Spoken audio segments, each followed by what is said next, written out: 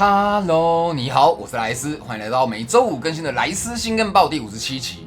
今天这一期的独立游戏相当猛，喜欢卡牌游戏的，除了有比较偏向传统的斯诺德维尔之战以外，还有用卡牌结合城市建筑经营的纸板阵。喜欢动作游戏的，俯视角有之前新品节就表现不错的暗夜烈光，横向有 3D 模组，动作都制作精良的 Trinity Fusion。喜欢类银河战士恶魔城的，也有独特玩法的锈蚀苔藓，这些游戏都会在本周有报道介绍，同时也会有4月 XGP 的新上下架游戏资讯。另外，不知道大家喜不喜欢上一期僵尸的拍摄呢？这一期我们有另外一个哦。在此感谢所有愿意赞助我们做创意广告的厂商们，没有啦，所有的广告我们都很感谢啦。也请各位干爹们、观众老师们可以多多支持。那我们就进一下广告。大家都说我整天玩游戏很爽，现实才不是那样嘞。跟大家介绍我真实的一天。中午起床，第一件事情，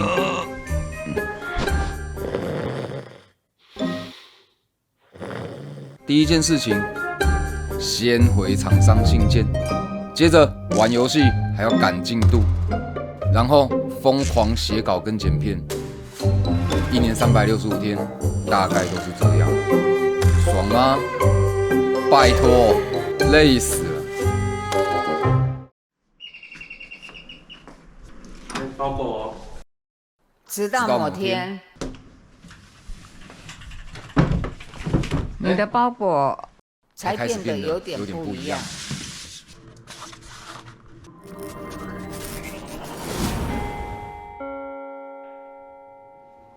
老师好。我每次进到里面，都是不同的惊喜。我儿子好像有点怪怪的。干什么啦？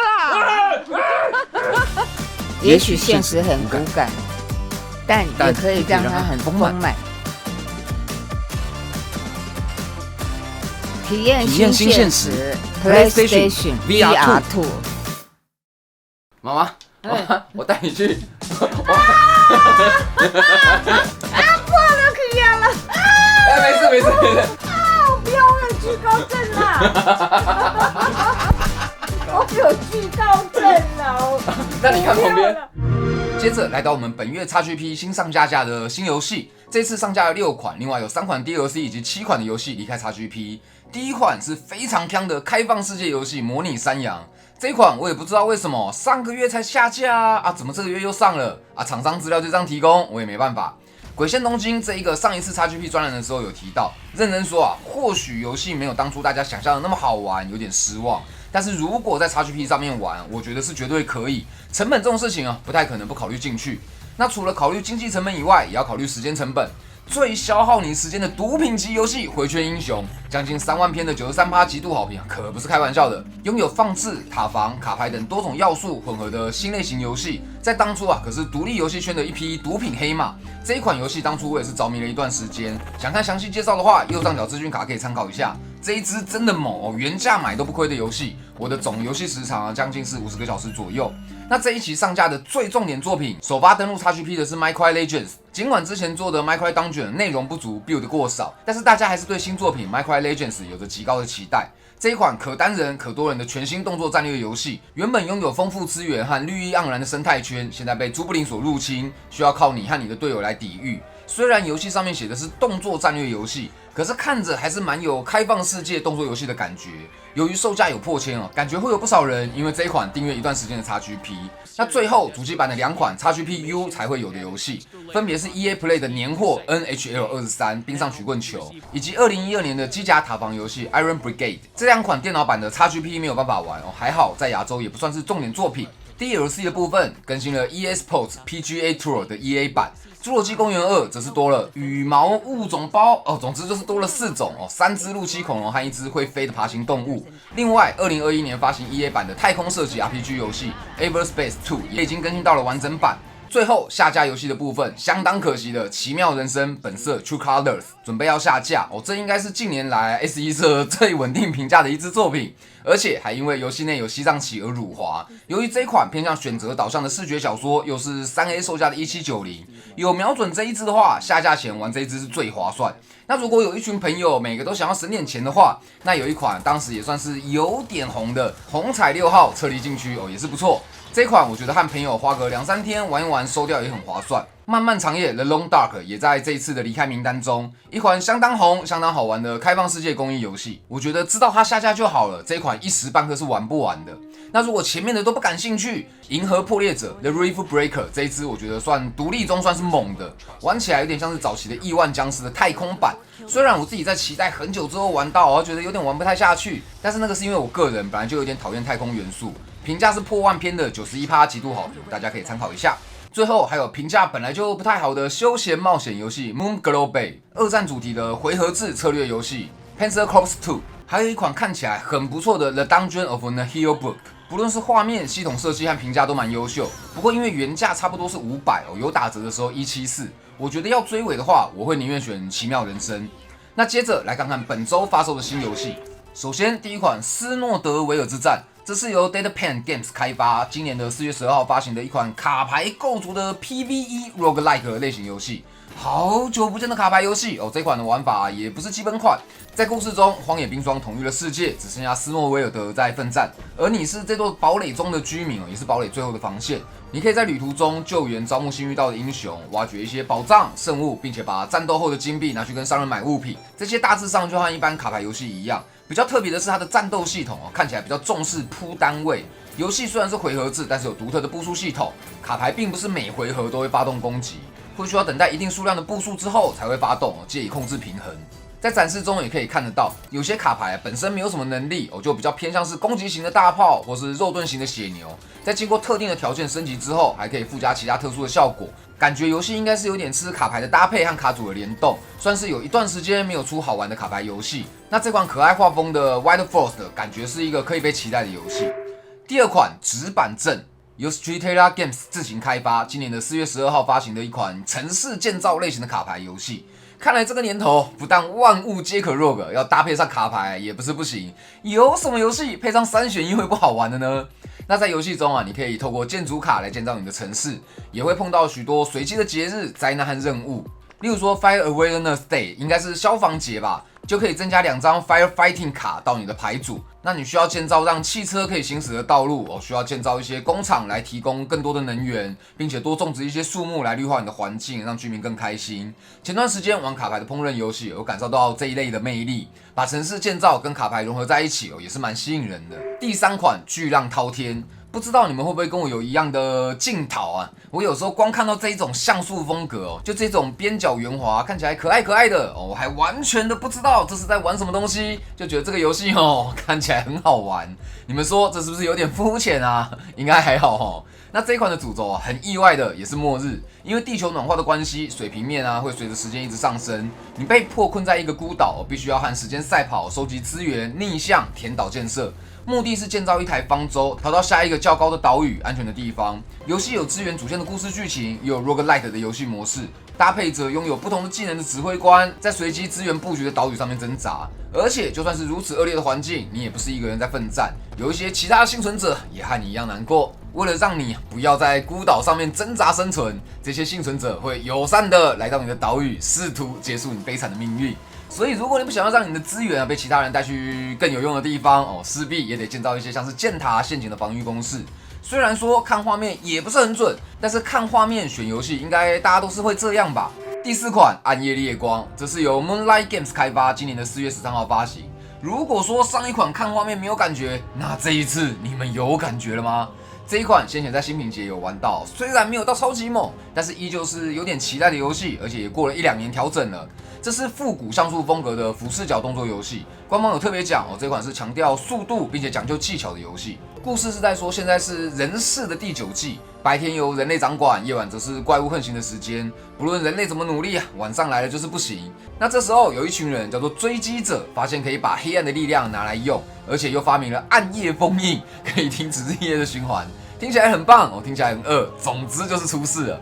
于是这游戏就变成拿着黑暗的力量和黑暗里的怪物战斗的故事，讲究技术，有资源装备、等级、属性、技能的系统，看起来很超人风格的游戏，又搭上《圣剑传说》的配乐大师菊田玉树哦，这一款也是我最近期待的游戏之一。毕竟精致像素风格的画面感还是很对我胃口的。那如果前面那些看画面都没有办法吸引你，由芒果派对所代理的9点开张，嘿，这次总该有感觉了吧？4月13号发售，友情帮他宣传一下。芒果哥哥也友情的送我10多款他们家的游戏需要给我，好让我在Twitch实况的时候可以拿出来抽。已经抽了2-3天了，没事可以来我的台看看老人家嘛，那中间插播几则新闻，大家休息一下。第一则新闻是来自电竞圈的好消息，台湾的知名快打职业选手五谷石油王拿下了在日本举办的 EVO Japan 2023快打旋风5的赛事冠军。EVO 原本是在美国举办的年度格斗游戏赛事 IP， 那个知名的背水逆转剧就是在这场赛事发生。EVO Japan 则是从2018年就开始举办。石油王这次在将近1800名的参赛者的竞争下，从败部一路杀到冠军，刷新了台湾玩家在 EVO 快打系列赛事的记录。那这场比赛也刚好是快打5的最后一场大赛了，6月就会迎来快打旋风6的发售。卡普空日前也宣布了快打6官方赛的冠军可以独得100万美金，100万美金一人独得呢。我现在开始练快打还来得及吗？这个本同事写的，我不用练，我经营频道就好。你赶快练哦，你还有机会。另外 KOF 15项目则是由来自中国的小孩拿下了冠军。哇，上次听到这个名字不知道多久以前了，没想到他还是那么猛，而且冠军战几乎是在毫无悬念的状况下拿下。虽然8强有入围3位台湾的好手，包含了去年 EVO 的冠军真魔王 ZJZ 大表哥 ET， 但是都没有能阻止他有人开玩笑说他的敌人就只剩下海关了。SNK 也在8强比赛开始前，在现场公布了一些15代的新消息。首先是原主角色金卡巴终于上架了，然后下一支 DLC 的角色居然是96的 BOSS 杰尼兹。以前如果有在混电动间或是在 Sega Saturn 上面打96，应该都会对这个角色有点印象很帅的神父。只是后来就一直出路卡尔还以为 SNK 就把他给忘了。没想到可以在最新的15代上面玩到它，而且还是免费的 DLC， 预计会在今年的夏天上架。有兴趣但是还没有买游戏本体的，可以等等看 Steam 夏季特卖的时候入手。再来第二则新闻是小魔女诺贝塔官方于4月1号公布，将会推出全新的恋爱养成系统。西蒙创意表示这是为了满足玩家可以与更多角色互动的期待。以往只有战斗选项，将会多出更多的选择，让你可以透过对话事件的攻略，提升跟人偶间的好感度。好感度升满，还会触发令人脸红心跳的特殊事件。从官方释出的开发中画面看起来，好像真的有那么一回事。不过因为西蒙在这款游戏跟 Hololive 的合作上一些公关跟行销的手法引起了不小的争议。再加上左上角的这个时间显示相当致敬女神异闻录5的 UI， 然后这个消息又选在愚人节发布，对很多玩家来说可能都是不期不待，不受伤害。不然小魔女在人设跟美术上面其实算是表现得很不错，因为公司在行销手法上给玩家的观感不佳使得游戏的评价也连带受影响，真是蛮可惜的。好，回到本周游戏，算是第6款了吧 ，Rusted Moss 锈蚀苔藓。这款是3人独立团队制作的类银河战士恶魔城游戏，游戏有提供试玩版，我也有试玩了一下。少数游戏里面，官方建议用键鼠操作的横向游戏。在游戏进行中，你的主武器有许多种不同的枪支，例如说霰弹枪小手枪等等，而且可以随时用轮盘切换。游戏最大的特色是有个钩爪系统，而且讲究物理运动。只要墙壁上有苔藓，就可以用钩爪抓住来进行移动。由于有物理运动的设计，让游戏的移动有种很微妙的感觉。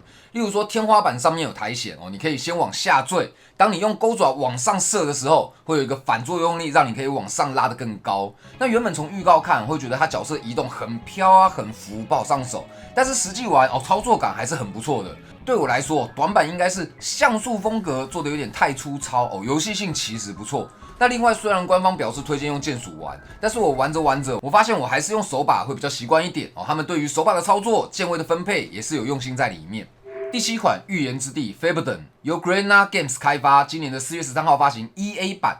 这是一款可以以直觉来建设、探索的童话风格城镇建造的模拟游戏。官方表示受到了《工人物语》Foundation 以及 Kingdoms and Castles 的启发而做了这款游戏。以上3款都是中世纪风格的城镇建造模拟。你是一个王国国王的子嗣，而这个国王一直以来都很鼓励自己的孩子出外探险，而你则是其中一个被派往外地探索应许之地。身为君主，你需要从零开始的打造居所、开垦农地，带着你的子民们，让这些未经开垦过的地土富饶起来。你可以悠闲的种田，也可以辛劳的挖矿伐木，可以派英雄去外地探索遗迹，展开新的旅途，开启世界。那除了一些基础的城镇建设内容以外，在国力渐渐富强之后，也可以和别的城邦进行各种外交，不论是想要交易换货、做经济联盟，还是想要和敌人谈和交战，运用各种外交手段和别人进行互动，甚至还可以结婚或是派遣间谍。游戏有提供试玩版，我也试玩了一下，可是这种游戏好像没有玩到一定程度，也玩不出什么东西来就是了。第8款 Trinity Fusion 由 Angry Mob Games 开发，今年的4月14号发行 EA 版，看起来相当好玩，精致的横向动作 roguelite 游戏。游戏提供3个角色，3个宇宙供你探索。每一个都是平行宇宙的自我，也都拥有自己的世界。在横向游戏中采用了少见的 3D 建模，但是在移动、平台跳跃和战斗的时候，可以看得出来花了不少的功夫，整体上非常流畅。一些角色细微的动作都有做出来。游戏大部分采用的是城市生成的关卡，另外也有手工制作的挑战和竞技场组合的战斗。由于 Angry Mob 先前有做过平台跳跃和大乱斗的格斗游戏，官方表示他们有利用这些开发的经验，把他们的武器、攻击系统做得更令人满意。这一款我觉得也是蛮值得注意一下，等发售1-2天之后，看评价不错就可以直接买起来玩。希望实际玩的时候，角色动作和画面流畅，可以和 PV 播出的一样。第9款 Breachers 破坏者，这个我觉得比较偏向新闻一点，大家可能比较没兴趣。这是一个战术型的5v5 FPS 游戏，在一场战斗中，你可以选择进攻方或是防守方。在这个游戏里面叫做执法者和反叛者。防守方可以利用门锁、地雷、静电发射器和动作传感器来保护你的阵地。进攻方则可以利用攀爬、隐形装置、闪光弹、爆破泡沫、EMP 之类的技能来进攻敌人的阵地。简单点讲就是红彩6号的类似作品。会想特别讲一下是这一款是 VR 游戏，哇 ，VR 的 R6听起来有没有觉得很威？虽然我觉得 VR 游戏要普及化可能还需要些年，但是看到有不少开发商一直在这个领域努力也是蛮开心的。第10款 Plantera 2 Golden Acorn。这一款是放置类型的农业收集游戏看起来游戏就烂烂的，为什么有这么多人关注？研究了一下，发现1代有将近4000篇的88%极度好评，我一看也才66块就买回来玩。再简单不过的农场放置游戏，一开始会给你一点点钱，让你买胡萝卜种田，在取得一些金币之后，可以盖更多的胡萝卜田，也可以在后景买苹果树，中景买个什么葡萄虫之类的。随着采集到的农产品越来越多，就可以拿到更多的金币，同时也会提升我们的花园等级。等级越高，就可以种植更多有价值的农产品，让你赚更多的钱，然后买更高级的庄稼，开垦越多的土地。为了看这个到底在玩什么，到底在红什么，1代我也玩了一段时间应该是破了吧。我自己是觉得可爱、疗愈、轻松、休闲，但是就是觉得目的性有点不够就是了。不过因为是高关注的作品还是报道一下。那接下来是一些这一期比较大一点的重置移植作品。首先是夏洛克·福尔摩斯 The Awakened， 故事发生在1882年，讲述夏洛克和室友乔是如何成为世界知名的侦探2人组的故事。在一次查案中，调查的一系列神秘失踪案都指向了一个信奉古神的异教组织，没想到就是卷入了 Lovecraft 的克苏鲁事件中。这个我觉得等发售之后看看状况有点像是高清重置版。另外2支游戏其实可以算是同一支分开卖，分别是洛克人 EXE 的合集1和合集2。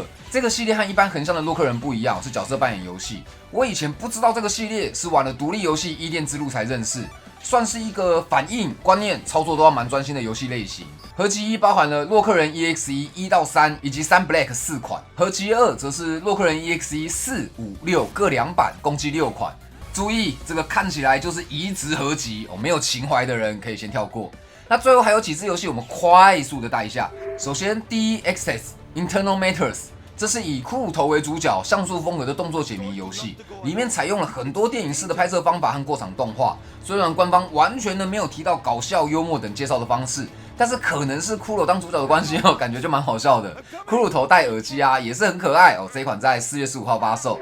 另外一款是 Shred Punk The Manfall 碎片朋克害虫降临，一款走复古风格的战棋类型游戏，拥有许多不同的角色大家都有自己的被动能力和技能，可以靠着机器人来搜刮物资来强化你的装备。整体看起来蛮不错但是就是没有中文，感觉可能也不太容易花钱买就大概提一下。